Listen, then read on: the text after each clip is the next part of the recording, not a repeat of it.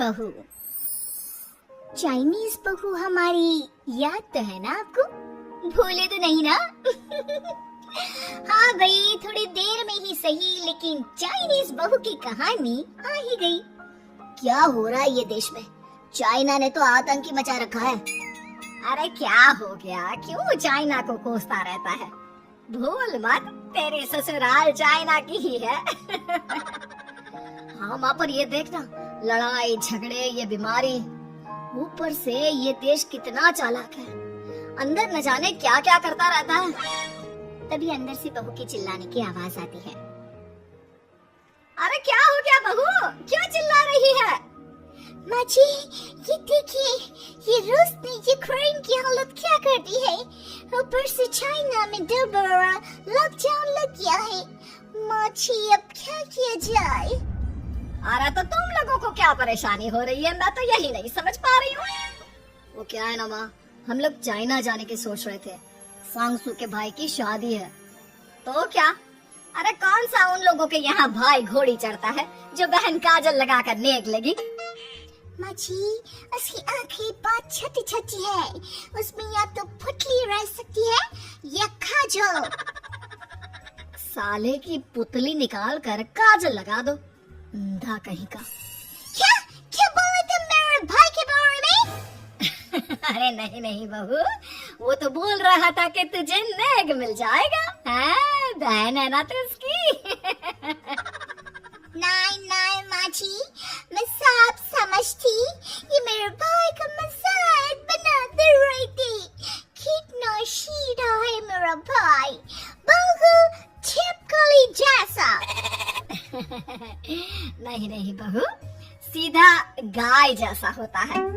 सही पकड़े हैं माँ जी। हाँ, तो मेरे भाई की शादी है, मैं चाइना जरूर जाऊंगी। तभी एक पड़ोसन आ जाती है। अरे नहीं नहीं बहू, तू कहीं ना जा, हम लोगों का मन कैसे लगेगा तेरे बिना। ले बहू, तेरे भाई के लिए ये शॉल रख ले, हमारी तरफ से गिफ्ट कर देना। अरे सब कितने अच्छे हैं। मेरी चाइनीज बहू को कितने प्यार से तुम लोगों ने एक्सेप्ट कर लिया। सच में बड़ी भाग्यशाली हूँ मैं। कैसी बात कर रही है? ये तो हम लोगों के देश की खूबसूरती है कि हर किसी को दिल से अपना लेते हैं, बस वो भी दिल से हमें अपना समझे। कैसी बात कर रही है आंटी जी? मेरे लिए आप सब सासू माँ जैसी ही हैं। मुझे भारत बहुत अच्छा लगता है, ये सबसे अच्छा देश है। मेरा भारत महान। वैसे भी लड़की की शादी जहाँ होती है वो तो वहीं की हो जाती है ना? जीती रहे बहू, सही बोल रही है। औरत तो होती ही पानी की तरह है, जो जहाँ जैसे रखे वैसी ही शेप ले लेती है।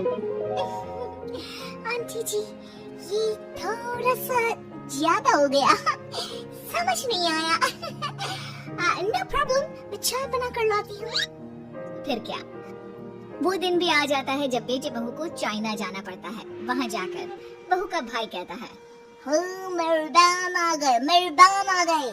मैंने सबको बोला कि सब हिंदी में बात करेंगे, नहीं तो बिन नाराज हो जाएगी।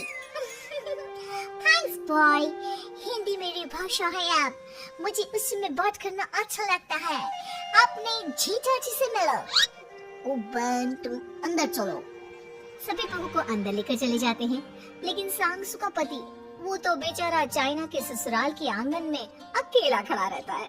काफी देर तक जब कोई उसे नहीं पूछता तो वो माँ को घर पर फोन करता है।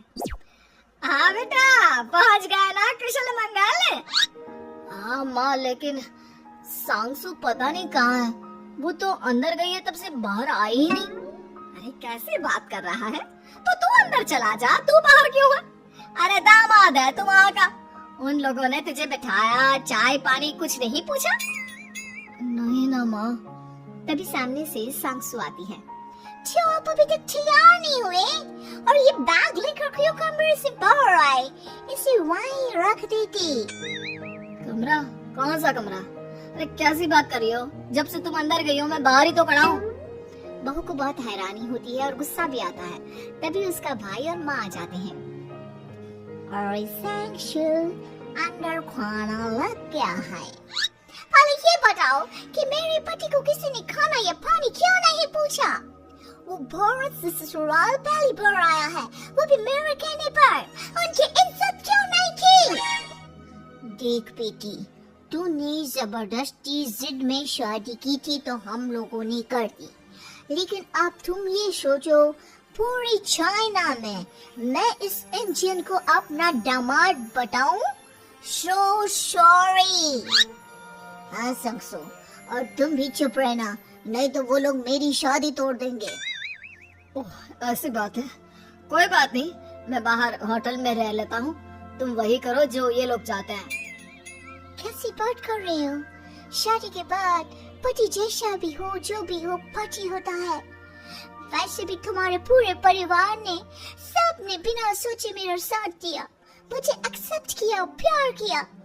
मैं अपने देश में आपको अकेला कैसे छोड़ सकती हूँ?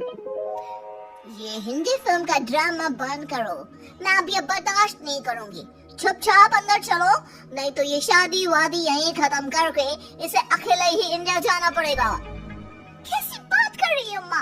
ये मेरे पति है नहीं था। हम लोगों ने यहाँ वकील को बुला लिया है, जिसके बाद अब तेरा तलाक करा के हम यहाँ के चाइनीज लड़के से तेरी शादी करा देंगे। अरे कैसी बात कर रहे हो? हम तो यहाँ तुम्हारी शादी के लिए आए थे। नहीं, मैं सांसू के बिना नहीं रह सकता हूँ।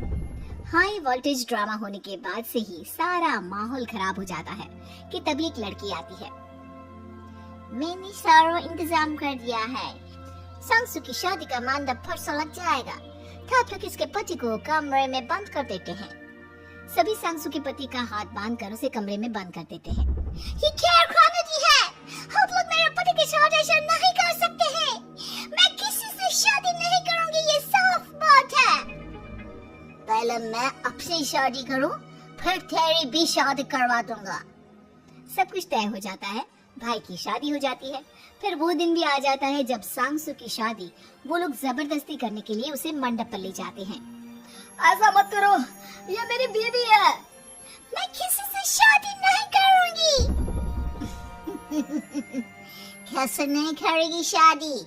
शादी तो तेरा बाप भी करेगा। हो, मैं करूंगा शादी।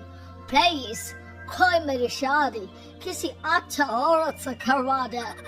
चुप, बिल्कुल चुप। फिर माँ सांसू और उसके पति से कहती है, तुम लोगों का बच्चा मेरी कैद में है। अगर तुम लोगों ने कोई भी होशियारी की तो मैं इस बच्चे को मार दूंगी। दोनों माँ का रूप देखकर हैरान हो जाते हैं। बच्चे की खातिर दोनों शांत हो जाते हैं और शादी की रस्में शुरू हो जाती है कि तभी सांसू की सास पुलिस के साथ आ जाती है। माँ, ससुर माँ आ गई, मेरी माँ आ गई। माँ प्लीज हम लोगों को बचाकर वापस ले चलो। पुलिस सभी को गिरफ्तार कर लेती है। बेटी के बच्चे को मारने की धमकी तो कोई चुड़ैल ही दे सकती है। अरे तो ये चुड़ैल ही तो है। ये सही बोल रहे हैं, ये औरत किसी चुड़ैल से कम नहीं है। तभी उन लोगों का बच्चा भी आकर सांसू के गले लग जाता है। माँ, तू सही समय पर आ गई, लेकिन तुझे कैसे पता चला कि यहाँ ये सब हो रहा है? बेटा, ये चाइनीज लोग ना होते ही धोखेबाज है। इन लोगों पर मुझे भरोसा नहीं था, इसलिए मैंने तेरे फोन को हमेशा के लिए मेरे फोन से अटैच कर दिया था, जिससे तेरे आसपास होने वाली सारी बात मैं सुनती रहूं। उस दिन भी मेरी तेरी बात हो रही थी तो तेरा फोन ऑन था, मैं सब समझ गई थी।